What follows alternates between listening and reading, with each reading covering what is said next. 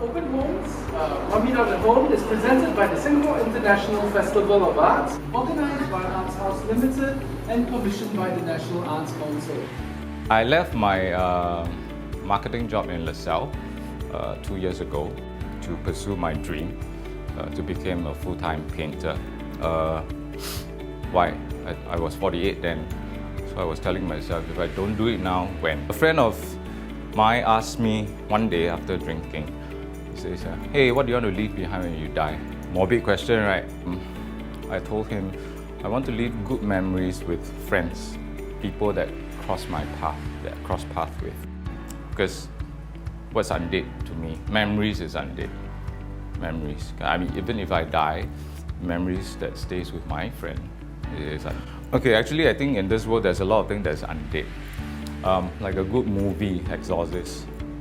First horror movie that is nominated for Best Film. A good musical, Phantom, Cats, Catwoman, meow. Gucci, a brand. So all these things that will probably stand the test of time.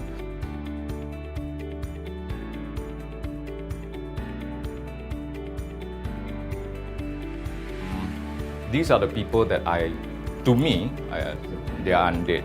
Well, some are already dead, Anita Mui, but they went into my closet looking for skeleton, but thank God, all they found were beautiful shoes. Interesting quote, right? What I admire about Boy George is his talent and his very strong will to reinvent himself and stay relevant in the music industry for almost 30 years. He's very honest with himself about his sexuality, his everything, you know. I think we should all be like that. You know, don't be plastic, Tupperware. I think that is. The show is Fairyvale. It's about freedom comes with a price. That's why you have this like Statue of Liberty looking thing, but she's holding actually a revolver. And actually this film has brought Singapore onto the world map actually because it won a lot of awards overseas. So I mean, if you have a chance, go catch it. Yeah. This three-piece was created when Mom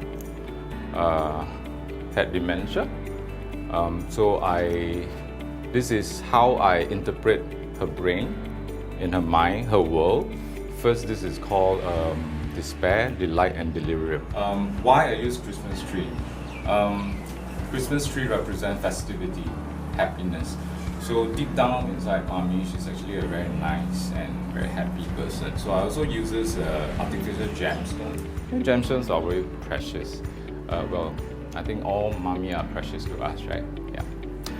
Lastly, delirium. So this is actually her state of, the strokes are in concentric circles. And I felt that she is trapped in this labyrinth and she's trying desperately to get out. And I'm trying desperately to go into her world. And if I'm inside, I have to just go round and round with her lah. So don't bother arguing with her. Just go along in that merry-go-round ride and everything will be fine. Today she's in a good mood.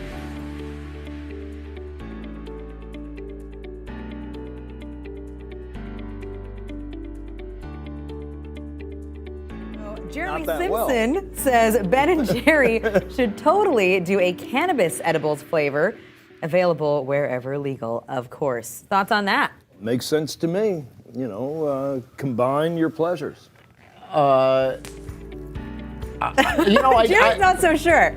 Well, It's legal. We, Come on, Colorado would love it. Ben and I have had previous experiences, with. I think ice cream makes us happy. Ben and Jerry are childhood friends. So is Snoopy and Charlie Brown. Oh, you know what they are dancing on? A pile of... why everybody knows weed, Well, studies say weed made us happy.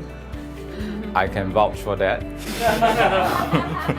So anyway, in recent interview with Ben and Jerry, they were thinking of coming out with a wheat ice cream. One day, when I was looking, I think I was with this girlfriend because she uses Chanel No. 5. So I was looking at the bottle. I said, hey, why that 5? Why must be Roman 5? Why it can't be Hebrew, Greek, Japanese, Mandarin? So it sets me thinking that, I start to think like languages do not divide people, but fear does. So hence this whole creative concept for Chanel No. 5. Yeah. I started painting lotuses. Why lotus? Do you know lotus is actually the only plant or flower that every single part of it can be used, either eaten or you can use the leaf to wrap glutinous rice. The seed, you can use it for making tea. It's actually the national flower of India. I think for Buddhism, it's used for prayer. Lotus root soup. Yeah.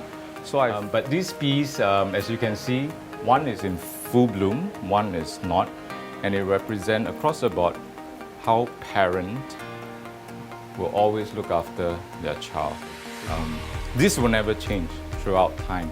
But I want to share with you this story about playing chess with my dad. When I was young, he taught me how to play Chinese chess. Yeah, never win, always lose. Gonna whack upside down.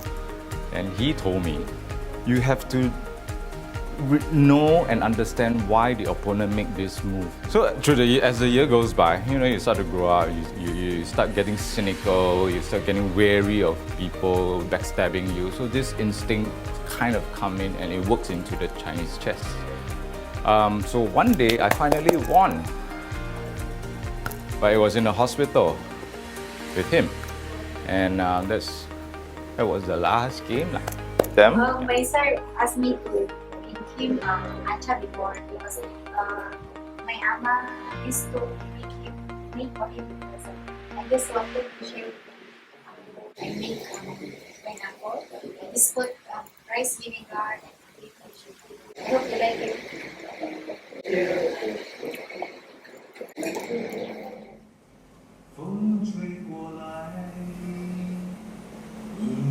That's mommy.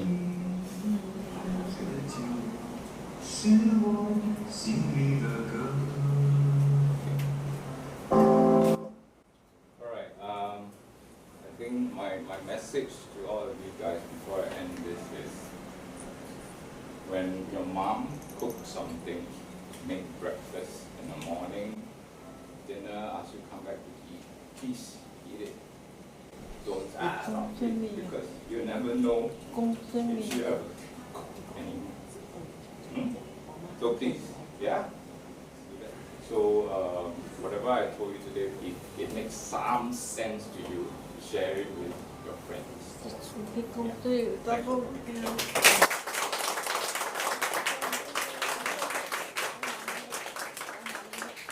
yourself at home, have drinks, there's a lot of wine in the fridge. Feel free to walk around to the living room, to the garden, whatever.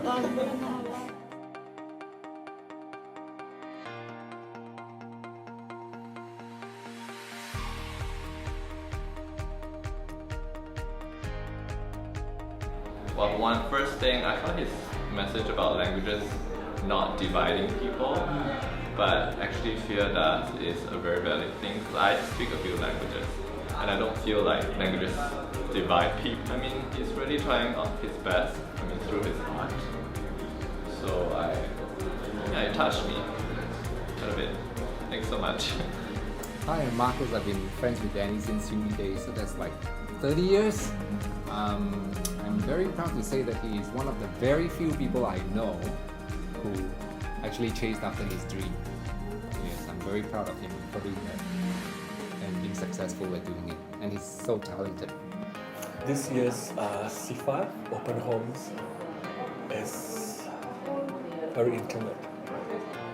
It's good to know that there is art and life imitating art, imitating life, and how we live and share what we have, what we can. And Danny's story is very touching. Because my mom is going through the same predicament. I've never imagined an arts festival to be presented this way. It